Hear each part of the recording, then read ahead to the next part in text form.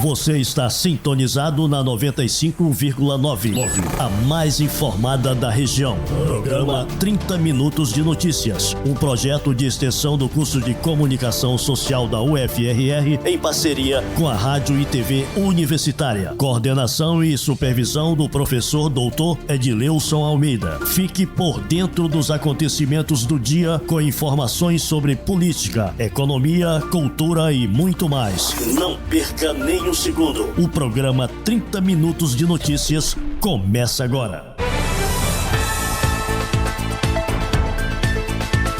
Olá, muito boa tarde para você. Eu sou Christian Cruz e te desejo tudo de bom nesta quinta-feira, dia 14 de setembro. Obrigado pela sua carona, você amigo motorista de aplicativo, táxi, lotação, você que está retornando do trabalho, indo para casa almoçar. Começa agora o programa 30 Minutos de Notícias, com muita informação e serviços. Você está na Rádio Universitária 95,9 FM. Acompanhe a programação no Spotify, Instagram e YouTube, @30 Minutos de Notícias. Anote também o nosso WhatsApp 95 981 18 80 39. Aqui você ouve as notícias em português e espanhol. Confira agora os destaques desta edição. Roraima é prata na natação e bate recorde estadual nos Jogos da Juventude em São Paulo. E mais, a cada 10 médicos, 6 estão em cidades com mais de 500 mil pessoas. Roraima está abaixo da média nacional. Você vai ouvir também casos de câncer entre jovens que crescem 79% nos últimos 30 anos. Você vai conferir nesta edição. Foi aprovada a PEC 07, que estende a transposição para o quadro da União e servidores que tiveram vínculo com o serviço público até o ano de 1998, dos ex-territórios do Amapá e também de Roraima. Você confere essas e outras notícias em 30 segundos aqui na Rádio FM 95,9. Continue sintonizado na rádio. Eu volto já já. Programa 30 Minutos de Notícias. Programa 30 Minutos de Notícias. Muito bem, já estamos de volta. Obrigado pela sua companhia. Foi aprovada a PEC 07, que estende a transposição para o quadro da União e servidores que tiveram vínculo com o serviço público até o ano de 1998, dos ex-territórios do Amapá, Rondônia e também de Roraima. Agora, após a aprovação no Senado Federal, o texto segue para votação na Câmara Federal. Em caso de aprovação, a emenda constitucional vai beneficiar milhares de roraimenses. Confira agora mais detalhes na reportagem. A PEC 07, uma proposta de emenda constitucional, pode beneficiar mais de 15 mil roraimenses com a transposição para o quadro da União. São servidores que tiveram vínculo com o serviço público até o ano de 1998 com o ex-território de Roraima. Aprovado por unanimidade em 2 turnos no Senado Federal, o texto agora segue para votação na Câmara dos Deputados. Segundo o advogado Antônio Baraúna, com a PEC 07 aprovada, serão beneficiados, além de servidores do Poder Executivo, também dos poderes Legislativo e Judiciário. Atualmente, o APEC que está em vigor contempla quem trabalhou na administração pública direta do Executivo, né, o governo do ex-território, ou do governo do Estado até 93, ou as prefeituras, e também quem trabalhou na administração pública indireta. Seria aqui, por exemplo, a Codesaima, a FETEC, a EMUR, a Interaima, né? Baner, SER, né? Então, quem trabalhou nesses órgãos atualmente tem direito ao enquadramento. E o que muda com a PEC 07? A PEC 07, além das pessoas que trabalharam no Poder Executivo e suas administração pública indireta, também aquelas que trabalharam no Tribunal de Justiça, no Tribunal de Contas e no Poder Legislativo, na Assembleia Legislativa e nas câmaras municipais. Mas agora essa PEC 07 ela concede esse direito para quem trabalhou na Câmara Municipal ou na Assembleia Legislativa também. Jacildo Bezerra para os 30 minutos de notícias. Muito bem, fique atento. Os casos de câncer entre jovens cresceram 79% nos últimos 30 anos. O levantamento mostra que de 1990 para 2019 aumentou em 79% o número de jovens com câncer. Os dados incluem mais de 200 países, inclusive o Brasil. Questões genéticas e hábitos da atualidade explicam o aumento. Confira mais detalhes na reportagem. Há 4 anos, a professora Camila Pinheiro descobriu um câncer no sangue. Após manchas pelo corpo e alguns exames, o diagnóstico: leucemia mieloide crônica. Aos 36 anos, tem dificuldades em encontrar empregos formais. Professora de formação, trabalha como autônoma e lida diariamente com os impactos do tratamento sem perder a esperança. Tenho uma anemia profunda, tomo quimioterapia todos os dias, me deu uma inflamação grave no intestino, então eu tenho diarreia constantemente. Estou secando por conta da quimioterapia. Sinto muito preconceito na área profissional. Quando eu digo que eu tenho que ir para os médicos, que eu tenho que fazer exames periódicos a cada 3 meses, né? Se as empresas não querem. Tem dias que eu estou bem, tem dias que não. Eu espero ficar bem também, no momento não está tão legal. A meta é envelhecer, mas vamos ver até onde meu corpo aguenta. No ano que Camila teve o diagnóstico, grande parte do mundo registrava mais de 3 milhões de novos casos de câncer em pessoas com menos de 50 anos. Esses dados fazem parte de um estudo publicado na revista científica internacional BMJ Oncology, por universidades do Reino Unido e da China. O levantamento mostra que, de 1990 para 2019, aumentou em 79% o número de jovens com câncer em mais de 200 países e regiões do mundo, incluindo o Brasil. As questões genéticas e históricos familiares fogem do controle, mas os hábitos da atualidade explicam essa elevação. É o que explica a oncologista Carla Moraes. Uma dieta rica em carne vermelha, pobre em frutas, pobre em fibras, rica em sódio, em alimentos ultraprocessados, pobre em leite, o consumo de álcool, o tabagismo, o sedentarismo e aí a obesidade é um fator de risco muito importante. A gente acredita que essa mudança no estilo de vida pode prevenir até 30% os cânceres. O câncer de mama foi o mais recorrente no período analisado. Por outro lado, os de traqueia e de próstata tiveram um aumento mais rápido.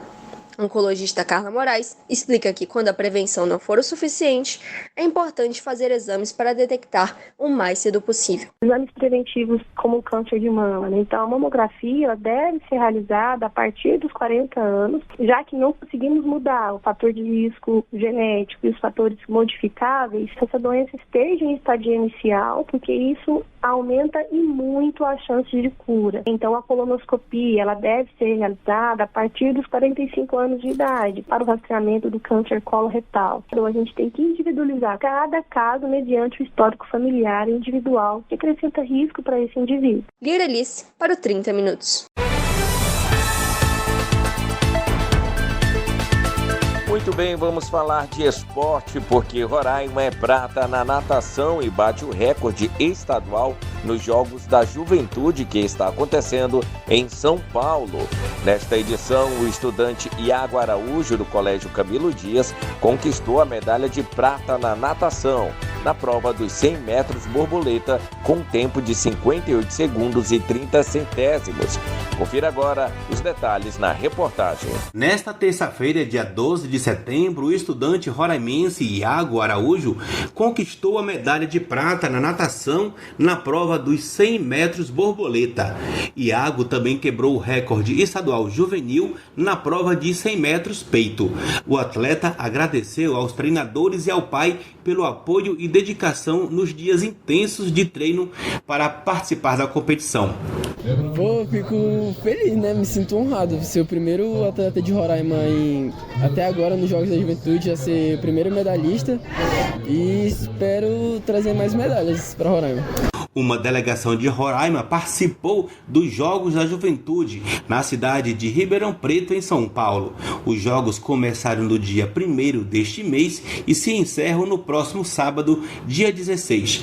180 alunos atletas representaram Roraima na competição nacional. Outro destaque da natação roraimense foi o atleta Joan Penhalosa, que ficou na 6ª colocação. Com o resultado, ele bateu o recorde absoluto de Roraima na prova dos 400 metros livre. O atleta Joan ainda participa na sexta-feira, dia 15, da novidade desta edição dos Jogos, a prova de natação em águas abertas. Os Jogos da Juventude são organizados pelo COB, Comitê Olímpico Brasileiro. As disputas seguem até o dia 16 de setembro em Ribeirão Preto, no interior de São Paulo. Jacildo Bezerra para o 30 Minutos de Notícias. Daí, muito importante essa informação, hein? Obrigado pela sua companhia. Vamos de mais informações. E olha só essa informação importante. A cada 10 médicos, 6 estão em cidades com mais de 500 mil pessoas. Roraima está abaixo da média nacional. O retrato da distribuição dos médicos pelo país está no estudo demográfico Médicos pelo Brasil, feito pela Faculdade de Medicina da USP e a AMB, a Associação Médica Brasileira. Confira mais detalhes na reportagem. O Brasil tem 546 mil médicos. São 2,7 profissionais para cada 1.000 habitantes. A relação coloca o país no mesmo patamar do Canadá, Japão e Estados Unidos, e abaixo de países como Reino Unido, França e Alemanha, que tem cerca de 3,7 médicos para cada 1.000 habitantes.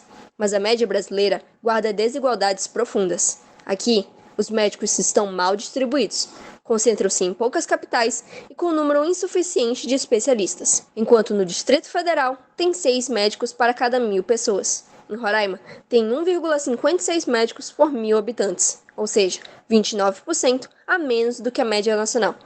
De cada 10 médicos, 6 estão nas 41 cidades que possuem mais de 500 mil moradores. Nelas, vivem 29% da população.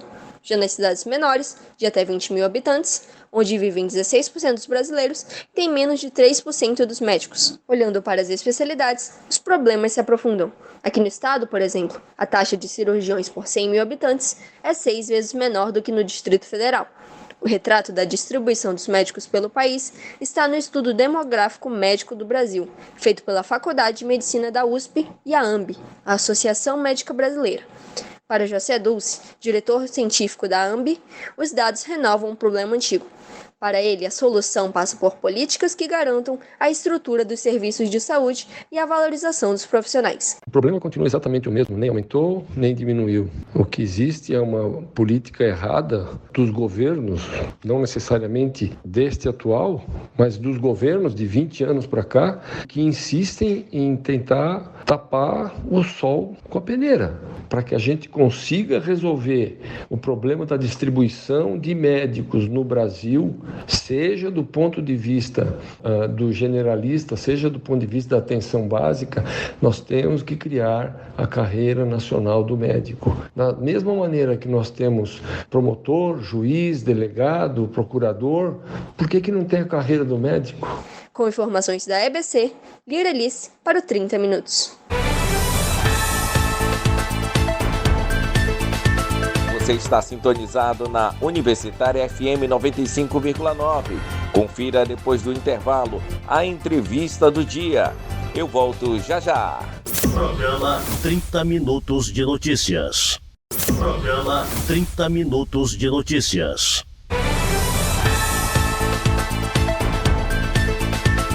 Muito bem, estamos de volta. Obrigado pela sua companhia, pela sua carona de segunda a sexta-feira, ao meio-dia aqui na Rádio Universitária 95,9. Vamos conferir a entrevista do dia. Entrevista do dia.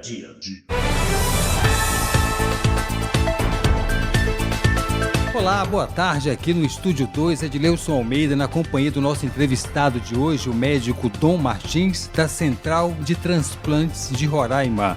Doutor, muito obrigado por tua presença, obrigado por ter vindo, uma boa tarde. Boa tarde aos nossos ouvintes, boa tarde. Agradeço ao convite para a gente falar sobre esse tema tão importante aí para as pessoas saberem, se informarem e nos ajudarem também.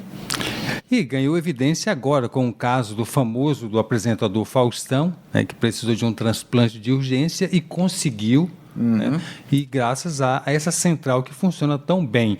Doutor, como é que é, né, fazer parte, como é que está essa demanda por busca, por você ser doador, como é que funciona hoje a central aqui em Roraima? É importante a gente fazer essa divulgação e até esclarecer para os ouvintes que em Roraima existe uma central estadual de transplante que é ligada ao Sistema Nacional de Transplantes. Isso é nacional, todos os estados têm uma central e todos os estados atuam basicamente para que as pessoas consigam receber um órgão algum dia. Em Roraima, a gente não faz transplantes. A gente apenas insere as pessoas que precisam de um transplante na fila. Essa pessoa, através da CESAL, recebe um TFD e, a partir daí, ela é encaminhada para um hospital transplantador. Roraima, a gente faz o processo de captação de órgãos e a gente faz o processo de notificação. Então, a gente já teve, nos últimos 5 anos, 6 captações, no quais foram enviados órgãos para vários lugares do Brasil que beneficiaram várias pessoas. Então é importante os ouvintes saberem que em Roraima a gente faz esse processo de captação que ajudam pessoas no Brasil inteiro. Segundo dados que a gente recebeu da assessoria da saúde, por sinal uma assessoria muito atuante e competente, cerca de quase 500 pessoas, né, de Roraima já foram atendidas por essa central. Então, pessoas que foram para outros estados, aproveitaram esses órgãos e foram atendidas. De que se tratam, basicamente, esses receptores, doutor? Na verdade, as pessoas precisam entender como é que eu me torno uma pessoa que precisa de um transplante. Na verdade, as portas de entrada vão ser os consultórios médicos do SUS, ou particular, às vezes. O paciente, por exemplo, vou dar o exemplo do coração, que é o que está em evidência. O paciente tem um coração um pouco mais fraco, o médico já avaliou todas as possibilidades que ele tinha e podia fazer. Quando se esgotam, ele indica o transplante. Esse paciente, se ele estiver em Roraima ou em qualquer outro lugar do Brasil, ele vai ser inserido na fila. Essa fila ela é pública e auditável. O SUS no Brasil hoje nos permite isso e a pessoa, a partir do momento que ela está na fila, passa a contar o tempo para ela receber um órgão. E é importante também ressaltar que a dificuldade de receber um órgão não é tão simples você, eu estou na fila, em 30 dias será que eu vou receber um órgão? Existem muitas variáveis que precisam se cumprir para a pessoa poder receber o órgão. Então, por exemplo, será que ela suporta uma cirurgia? Será que ela é compatível com o doador que a gente conseguiu captar o órgão? Então, existem muitas variáveis que precisam se aliar para isso acontecer. Mas as portas de entrada são basicamente os consultórios, o paciente ele é inserido na fila pela central e ele passa a ser da fila nacional. E essa fila, necessariamente, ela não é uma fila cronológica, né? Ela vai depender dessas variáveis que o senhor acabou de colocar, como é o caso, especialmente, do apresentador Faustão. Ele não era o primeiro da fila, mas acabou sendo beneficiado primeiro, porque ele atendia, podemos dizer, esses pré-requisitos, doutor. O primeiro deles que a gente pode, para ficar mais fácil para o ouvinte, é entender a compatibilidade. Eu preciso ser compatível com outro órgão. Então, isso a gente já pode desmistificar que ele não pulou a fila. Então, assim, existe o Faustão pulou a fila, ele andou mais rápido que os outros? Não, tem muitas variáveis que precisam se cumprir. E no Brasil, nos dados para coração, a média de transplantes é em média no máximo 30 dias. Então, ele ficou dentro do prazo da média nacional. No Brasil, hoje, a gente tem mais ou menos 65 mil pessoas esperando um transplante. E de coração, acredito que são 384 nos últimos dados que eles divulgaram. Então, assim, precisa ser compatível, precisa estar livre de infecção no momento da recepção do órgão. Existe uma logística. Então, por exemplo, Roraima pode doar um coração para o Brasil? A gente não consegue fazer captação de coração aqui em Roraima, porque existe um tempo de que você tira o órgão do corpo de uma pessoa para colocar em outro. Então, esse tempo ele pode ser no máximo de 4 horas. Então, a gente conseguiria o quê? Brasília? Só que essas 4 horas é da retirada até a chegada. Então, existe a logística de levar para o aeroporto, o avião tem que estar disponível, existe a ajuda da FAB, às vezes tem avião que vem de fora para cá com os cirurgiões. Então, existem muitas variáveis a serem cumpridas acontecer. E hoje, quantas pessoas de Roraima tem nessa fila, doutor? E quais são as buscas, os órgãos mais buscados? Na verdade, os dados exatos de quantas pessoas tem nessa fila, de coração, se eu não me engano, de 2013 até 2023 foram 19 pessoas que receberam a indicação, os 19 já receberam TFD e já foram transplantados. Então, de coração, a gente não tem nenhuma espera. Nenhum elemento na fila. Nesse momento, não. Tá? A gente tem de gastrohepato, que é fígado, intestino, 113 pessoas foram colocadas na fila, 109 já transplantaram, então 4 aguardam. De rins, que é o mais comum, a gente teve 252 pessoas que foram inseridas na fila, 127 já transplantaram, então 125 aguardam. E de oftalmologia, que é basicamente a maioria é retina, né? 230, córnea na verdade, desculpa, 230 deram entrada, 202 já fizeram o transplante e 28 aguardam. Então, mais ou menos aí 150 pessoas estão hoje na fila aguardando um órgão aqui de Roraima, né? E essas pessoas, elas aguardam já no local, doutor, com todo o suporte, ou elas ficam aqui, são avisadas e se deslocam? Isso depende muito do órgão que você está esperando. Um coração, por exemplo, que nem no caso do Faustão, não tem como ele aguardar em casa. Ele estava em bomba de infusão, com droga constante, ele estava fazendo diálise, então assim, ele tinha um tempo limite. Se ele não conseguisse, provavelmente a gente teria um final um pouco mais infeliz. Mas, por exemplo, uma córnea, que é muito comum a gente ter transplante de córnea, a pessoa pode aguardar em casa, quando acharem uma compatibilidade, ela pode ser chamada. Mas no caso de Roraima, a gente faz por TFD, então as pessoas elas vão para o estado, geralmente que faz o transplante, pode ser qualquer estado do Brasil que seja transplantador, e elas ficam aguardando nessa fila. Boa tarde, você está no 95,9, programa 30 Minutos de Notícias. Na entrevista do dia, Dr. Dom Martins, da Central Estadual de Transplantes aqui em Roraima. E doutor, e para fazer parte dessa fila como doador, qual é o pré-requisito? Você precisa deixar isso claro, escrito? É uma vontade individual, da família? É importante falar sobre isso. Como é que se torna-se um doador? Geralmente, eu vou falar do caso do paciente que evoluiu para óbito, no caso. O paciente morreu, é uma infelicidade para a família, a gente sabe do processo de luto que a família passa naquele momento, mas existe a chance de você beneficiar outra pessoa através do processo de doação. Então, geralmente, os pacientes que têm critérios de doação são pacientes que evoluíram com a doença neurocrítica ou, basicamente, um acidente de trânsito que bateu a cabeça, ou às vezes um AVC, alguma coisa que leve à parada do cérebro. A gente chama isso de morte cerebral. Essa morte cerebral, existe um processo de diagnóstico dela. Quando o paciente recebe esse diagnóstico, ele é constatado que ele evoluiu para óbito, mas ele é um paciente que pode ser potencial doador. Aí vai depender dos exames dele, da qualidade dos órgãos, que é tudo avaliado. A partir disso, que a gente concluiu que esse paciente é um potencial doador, ele já teve o diagnóstico de morte, ocorre-se a entrevista da família. Quando a gente entrevista a família ela pode ser, no caso, positiva ou negativa em relação à doação. Isso tem que ser um parente de primeiro grau, geralmente a mãe, irmãos ou pai, e a partir disso daí é que a gente faz o processo de doação ou não. Então, o que eu queria ressaltar nesse ponto? A pessoa pode falar em vida que ela é doadora, então, digamos que eu sou doador, então eu já falei para minha esposa, para minha mãe, eu sou doador, se acontecer alguma coisa comigo, pode doar meus órgãos. Então, eu expressei em vida. Quando eles perguntaram da minha mãe já vai saber meu desejo e ela vai dizer sim na hora. Porque não é somente o doador ter expressado em vida, mas a família, um parente de primeiro grau tem que concordar. E essa central, doutor, é um caso quase único no mundo, né, do Brasil, unificar todas essas informações, o que é muito importante, né? Porque se desperdiçava muitos órgãos, às vezes, por não ter uma linguagem entre os estados. Isso. Existe um Sistema Nacional de Transplante. Esse sistema ele funciona, ele é vinculado ao Ministério da Saúde, então, quando a gente tem um potencial doador aqui, a gente já dá o start para o Sistema Nacional, eles já estão sabendo que a gente está no radar aqui com esse paciente. Se ocorrer o processo de captação, quando retiram os órgãos, a gente já lança no sistema, ele já faz uma checagem para ver onde vai ser, basicamente, a possibilidade de doação, e aí vem um avião, vem a equipe para retirar os órgãos, esse avião leva o órgão, Então, assim, existe uma logística gigantesca envolvida para isso acontecer.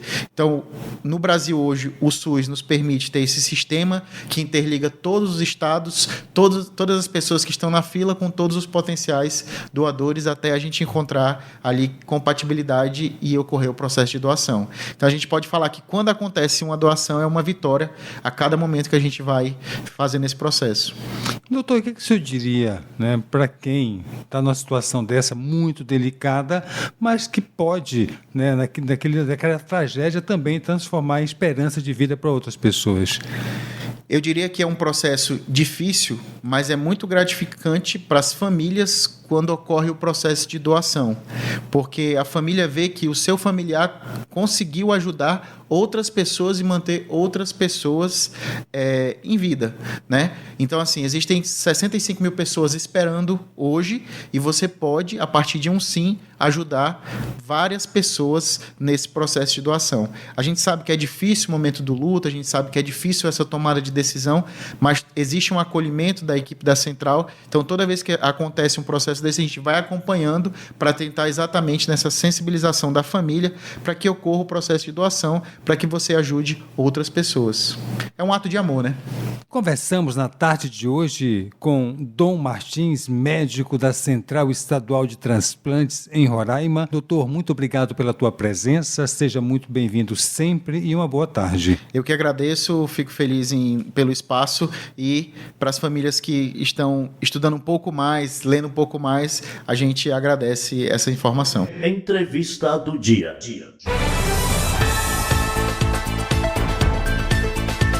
E olha só, o tempo voa, né, pessoal? Eu também vou ficando por aqui, agradecendo a sua companhia maravilhosa. Mande mensagem pelo WhatsApp 95 981 18 80 39. A gente te espera amanhã, sexta-feira, ao meio-dia, aqui na Rádio Universitária 95,9, com mais notícias. É hora de embarcar no voo 959 para curtir a melhor seleção musical de Roraima. Aproveite esse voo sem intervalo. Eu sou Christian Cruz e te desejo uma ótima tarde. Até amanhã. Deus te proteja e te guarde.